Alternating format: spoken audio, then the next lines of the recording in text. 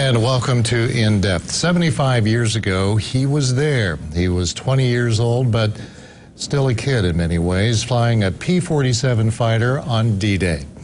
Tomorrow morning, he'll be aboard a much bigger B-17 bomber as it flies over the Evansville riverfront during a special D-Day commemoration. This pilot will look down at LST 325. Joining us tonight are Alan Sanderson, that World War II veteran pilot, and Jeff Dyke of the Evansville Wartime Museum. And Alan and Jeff, thank you so much for being here. This is a week where we are looking back. And Alan, 75 years ago, tomorrow, what were you doing that day? Well, like most good pilots, we were out flying. We didn't know where we were going, but we had a mission, and we were flying over southern France. And you learned that day about D-Day? Tell me about that. After we came back from our first mission, we found out that the invasion had started, and D-Day was going, and that was our first knowledge of it.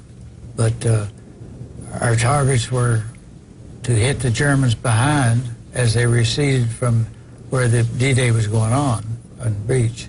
And then our target was to keep them from retreating.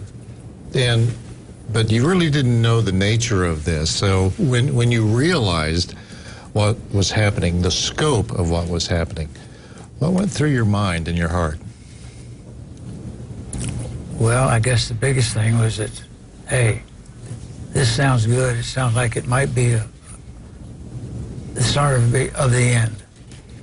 And that's the way we looked at it. If this goes, then it'll be okay. And Jeff, the B-17 that has been in Evansville the past few days, what will be happening tomorrow morning as we lead up to this commemoration? Okay. The B-17 is going to be flying over at the beginning of the ceremony on the LST, about 9 o'clock, 9:04 if we time everything right.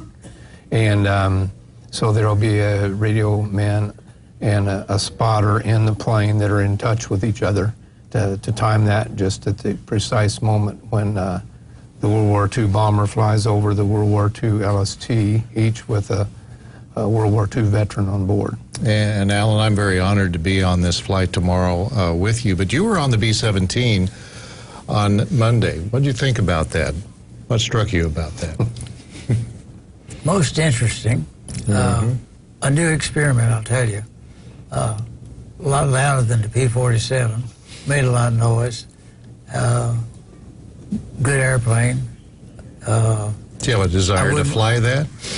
I wouldn't want to be on those like the guys out of England flying to Germany for 8 or 10 hours at a time. No.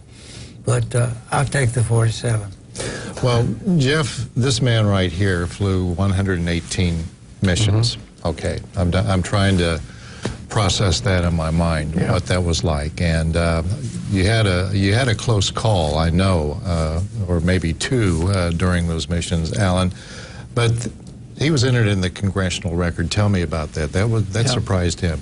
But share Congressman that with us. Bouchon, little beknownst to Alan and trying to several of us trying to organize it. There was a congressional record that's now on file with the Congress that talks about the giving attitude that Alan has had ever since he contributed so much to the war efforts, like a lot of veterans did. But since then, he hadn't stopped. He's so interested in education and in history and spreading the knowledge so people don't forget a lot of things that happened. And then he's a very giving person to his church, so he just continues to give ever since he was, in the war. And Alan, you faced fear head-on during World War II, as so many Americans did. It was a very dangerous time in this world. You like to talk to young people especially about the history of this, and why is that? Why is that so important?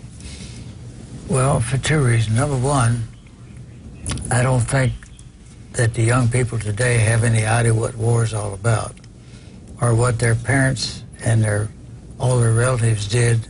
Even if they weren't soldiers, they still lived the same as the war, because the war was important. That was the main thing on their mind, and anything they could do to help was they appreciated. And of course, Jeff, the contribution, we're not really celebrating war, but the contribution that Evansville made to the war effort, unparalleled on so many fronts, and that is one of the reasons why the historical part of this is so very, very important. Facing fear, Alan, finally, how did you do that? Because you had I know you had a couple of close calls, but when you got into that aircraft, 20 years old, you didn't have much time to train for it. Didn't have much time, but that didn't matter. And why is that?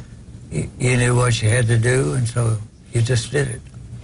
Well, Alan, you're a good man, and you are a plain-spoken man, and that is refreshing in this day and age, and we appreciate your service. Thank you. It's going to be an honor tomorrow to be in the same fuselage as you as we take flight on the B-17. Well, it'd be an honor to represent all the people who aren't here, too. That's right, absolutely, and we lost so many, especially on that day and the days after.